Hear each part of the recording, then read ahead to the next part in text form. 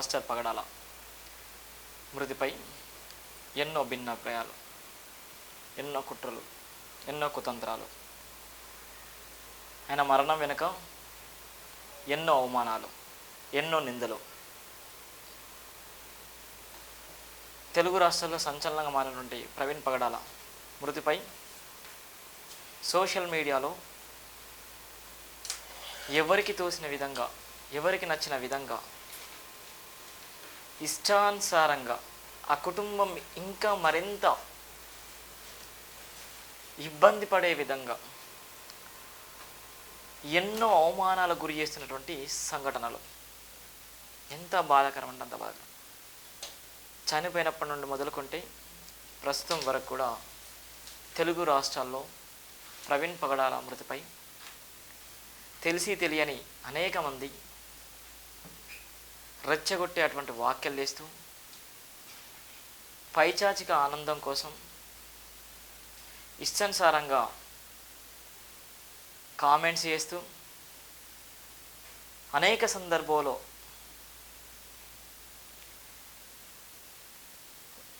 అనేక రకాలుగా చిత్రీకరిస్తూ చనిపోయినటువంటి వ్యక్తి మీద ఎన్నో నిందలు వేస్తున్నారు. ఇలా సోషల్ మీడియాలో చిన్న కామెంట్ చేసిన, చిన్న వీడియోలు షేర్ చేసినప్పటికీ ఐటీ రంగము, పోలీసు యంత్రాంగము వెంటనే పసిగట్టేటువంటి సందర్భంలో ప్రవీణ్ పగడాల విషయంలో తెలుగు రాష్ట్రాలు ఎందుకు పసిగట్టలేకపోతున్నాయి? ఎందుకు ఫేక్ వీడియోల విషయంలో కానీ, రియల్ వీడియోల విషయంలో కానీ ఎందుకు చెప్పలేకపోతున్నారు? ఎందుకు బయట పెట్టలేకపోతున్నారు? ఎన్నో సంఘటనలకి పోలీసు యంత్రాంగం ఎన్నో సంచలనాత్మకమైనటువంటి సంఘటనలు పరిశీలించినప్పటికీ ప్రవీణ్ పగడాల విషయంలో మాత్రం ఎందుకు స్పందించలేకపోతున్నారు? దీని వెనకాల ఉన్నది ఎవరు? సనాతన ధర్మం నిజంగా ఉంటే, క్రైస్తవ సమాజం సనాతన ధర్మాన్ని ఎందుకు విమర్శలు చేస్తున్నారని చెప్తున్నారు. ఒక పక్కన అనేక మంది ఇష్టానుసారంగా మాట్లాడుతున్నారు. సనాతన ధర్మాన్ని మాట్లాడితే, మా హిందూ ధర్మాన్ని మాట్లాడితే హిందూ మనోభావాలు దెబ్బతిన్నాయి, అందుకోసం మేము ఏం చేయడానికన్నా సిద్ధంగా ఉన్నాం. ఎవరైనా మాట్లాడితే వాళ్ళ అంత చూస్తాం, వాళ్ళ జీవితాలను ఏం చేయాలి అదే విధంగా చేస్తాము. ఎగ్జాంపుల్ ప్రవీణ్ పగడాల జరిగినటువంటి సంఘటనలు జరుగుతాయని కూడా హెచ్చరిస్తున్నారు. అంటే ఒక వ్యక్తిని బహిరంగానే, ఒక వ్యక్తిని సోషల్ మీడియా ద్వారానే, ఒక వ్యక్తిని డైరెక్ట్గా మీడియా రంగంలోనే, యూట్యూబ్ ఛానల్ వారు ఎక్కడైనా కూడా మాట్లాడడం తప్పు. కానీ వాళ్ళందరి మీద మాట్లాడినప్పుడు మనం ఎందుకు పోలీసు యంత్రాంగం వాళ్ళ మీద కఠినంగా చర్యలు తీసుకోలేకపోతుంది?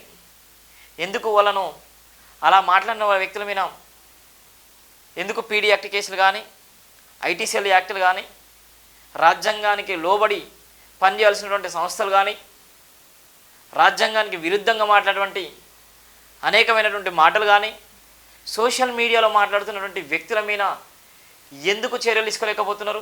ఎందుకు వాళ్ళ కామెంట్స్ని కానీ, వాళ్ళు చెప్తున్నటువంటి మాటలు కానీ ఎందుకు పరిగణలోకి తీసుకోలేకపోతున్నారు? వాళ్ళ వెనక ఉన్నది ఎవరు? వాళ్ళని ప్రోత్సహిస్తుంది ఎవరు? వాళ్ళని నడిపిస్తున్నది ఎవరు? వాళ్ళు అలా మాట్లాడడానికి ధైర్యం ఇచ్చింది ఎవరు? వాళ్ళు అలా చెప్పడానికి గల కారణాలేంది? అసలు ప్రవీణ్ పగడాల హత్య వెనక ఉన్నది ఎవరు? ప్రవీణ్ పగడాల వెనక ఉన్నటువంటి అనేక మంది ఎందుకు ఇష్టానుసారంగా మాట్లాడుతున్నారు? ఒక కుటుంబం రోడ్డు మీద పడ్డది, ఒక కుటుంబము రోడ్డు మీద పడ్డి ఆ కుటుంబం ఇంకా తట్టుకోలేనటువంటి పరిస్థితిలో ఆ కుటుంబానికి వేధింపులు, ఆ కుటుంబాన్ని ఇష్టానుసారంగా మానసికమైనటువంటి బాధలు గురి చేసేటువంటి సంఘటనలు చాలా బాధాకరం. నేను 3 రోజుల కంచెలు కంటిన్యూగా వార్తలు రాస్తున్నాను ప్రవీణ్ పగడాల మీద. స్పష్టత ఇవ్వని అంటే రాష్ట్ర ప్రభుత్వాలు డిసైడ్ చేస్తాయి ఎలా చనిపోయిండు, ఎక్కడి నుంచి ఎక్కడికి వచ్చిండు, ఆయన కాల్ లిస్ట్ ఏంది, ఎవరు మాట్లాడాలి, ఎక్కడి నుంచి ఆయన ఎక్కడి దాకా వెళ్ళిపోయిండు, ఆయన సంబంధించినటువంటి ఎక్కడైనా జర్నీ స్టార్ట్ అయింది, ఎక్కడ ఆగిండు, ఏ లొకేషన్లో ఆగిండు, ఎవరితో మాట్లాడిండు, అక్కడి నుంచి ఆయన జర్నీ ఏ విధంగా జరిగింది, మొత్తం టోటల్గా బయట పెట్టచ్చు. ఎందుకంటే ఆయన ఫోన్ ఆన్లో ఉంది.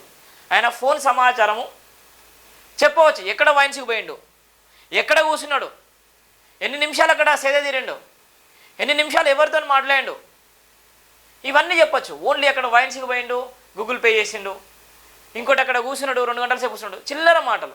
దేనికి నిదర్శనం? ఇలా మనం వాడే ఫోను, ఇలా మనం వాడుతున్నటువంటి ఫోను, ప్రతి ఫోను ఎక్కడి నుంచి వచ్చినా, ఏ టవర్లో ఉన్నాం, ఎక్కడి నుంచి మాట్లాడుతున్నాం, ఏ టవర్కి సంబంధించినటువంటి సిగ్నల్ పరిధిలో మనం ఉన్నాము, ఆ పరిధి ఎక్కడి వరకు పనిచేస్తుంది, ఆ పరిధిలో ఉన్నటువంటి ఎంతమంది ఫోన్ వాడుతున్నారు, ఎన్ని నిమిషాలు మాట్లాడుతున్నారు, ఏ నెట్వర్క్లో ఉన్నారు, ఏ నెట్వర్క్ను వాళ్ళు వాడుతున్నారు అని చెప్పొచ్చు. కానీ ఇవన్నీ చెప్పకుండా, ఇవన్నీ చేయకుండా ప్రవీణ్ పగడాల మీద ఇష్టానుసారంగా మాట్లాడుతున్నారు. దయచేసి మానండి, నిజాలు తెలుసుకుంటారు. రేపు పొద్దున నీకు జరుగుతుంది, నీ కుటుంబానికి జరుగుతుంది, లేకపోతే నీ బంధువులకు జరుగుతుంది. స్పందించే వాళ్ళు ఎవరు ఉండరు.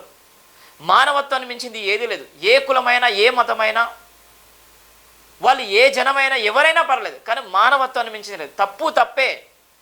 ఎవరు తప్పు చేసినా తప్పు తప్పే. తప్పును తప్పనడం తప్పు కాదు.